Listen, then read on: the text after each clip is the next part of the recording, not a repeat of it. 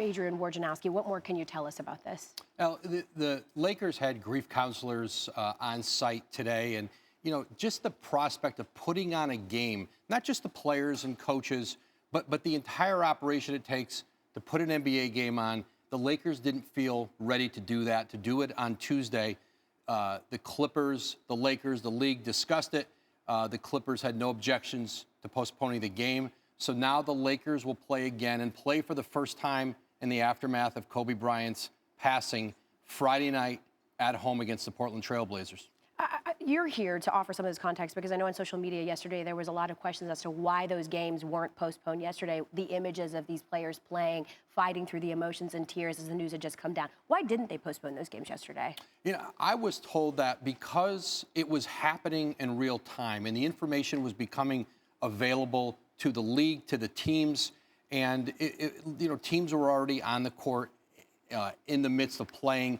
There was no precedent in the league to cancel games. I think John F. Kennedy was the last time the league had done that based on the passing of someone. But the Lakers, with 2 days, 3 days now to process this, it was considered a different situation. It is their home game, and the league is obliging to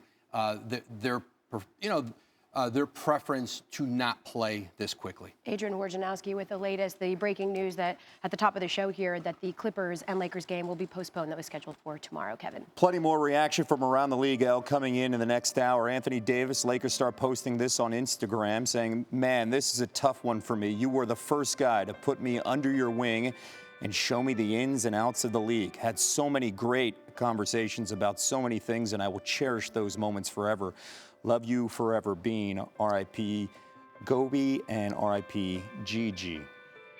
Ramona Shelburne is with us now live outside the Staples Center in downtown L.A. Ramona, what more can you tell us about this decision to postpone tomorrow night's Clippers-Lakers game?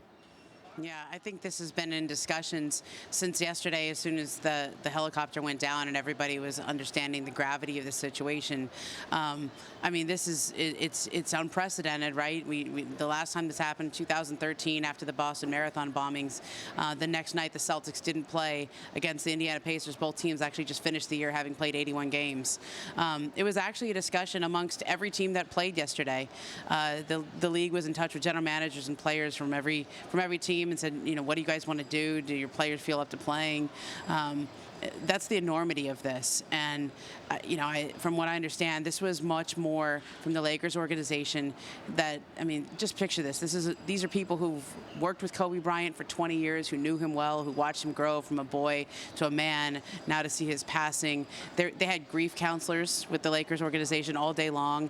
And to ask them to put on an event of this magnitude where the whole world would be watching, where a game would be played, it was just too much to ask of them. It's been stressed to me, though, this was not a player decision. This wasn't players saying, we can't get out there, we can't do this. This was about the Laker organization that is in deep mourning right now and grief, and just didn't feel up to putting on an event tomorrow night. You mentioned deep mourning and grief. The Lakers have yet to put out a statement regarding Kobe. Yeah. Take us inside the organization in terms of what conversations are being had right now. Yeah, well, the Lakers organization is taking their cues from Vanessa Bryant, Kobe's widow. And when this crash happened, Jeannie Buss, the owner of the Lakers, Linda Rambis, Rob Pelinka, they all drove to Orange County. They've been down in Orange County in constant communication and in touch with Vanessa Bryant as she and her family grieve, process. I don't even know what words to put on this, but they want her to dictate how they proceed. And if you notice, there've been a lot of statements that have been put out. There've been a lot of organizations that have stepped into this and expressed grief and remorse.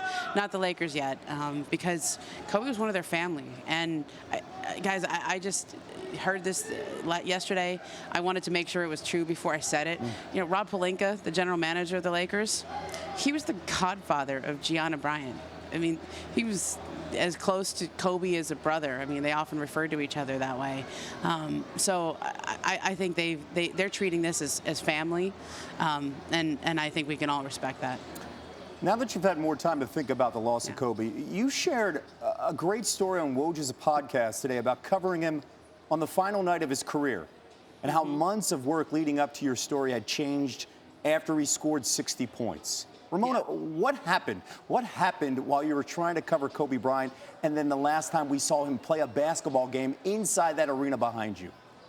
I mean, it was months of writing and reporting, right? Like draft after draft after draft. We had a story that we thought was great, and a lot of that story was saying, like, come on, man, like the Black Mamba, the guy that we've known, the ruthless competitor, he would never be okay going out like waving at the fans with the 17-win Laker team. Like, I'm not buying this. And then he goes out and has this incredible night. Like, I almost don't even believe it that he scored 60 points on 50 shots. He never took 50 shots in an NBA game except for the last night of his career. And I texted him late into the night. You know, we were going back and forth. I mean, he was flying home. I think he went to bed around 3:30, and he finally got up in the morning. I didn't sleep. I was like, oh, my God, I'm going to have to redo this whole story. And he kind of laughed at me. He was like, ha, ha, you're going to have to redo it. And I said, what do you think I should do? Like, he goes, well, you got to take all the threads that you've been writing and then look at what happened in that last game and what one consistent theme can you draw from that last game to pull all those threads together. Keep it simple. And he goes, that last game was like my whole life. That last game, wow. Everything in my whole life was a part of it. And I'm like, look at this guy trying to tell me how to write this story. In the end, he's coaching you. He was. But you know, I said to him, I go, so what did you do? Take me through everything you did afterwards. He said, well, I flew home with the girls. We stayed up eating pepperoni pizza and watching movies. They fell asleep. I went to bed around 3:30. He woke up at 7. He'd already scripted this out, okay? And he went to church. And I said, you went to church? And I knew he was a religious guy, but he didn't talk about it all that much. And he goes, yeah, you know, I just went there by myself. The girls were still asleep. And he goes, I just felt after 20 years, I wanted to say thank you. I wanted to be grateful for this blessed life that I had and this blessed career. And, man, I read those words now, and he was talking about the end of his basketball career, but it feels especially poignant now.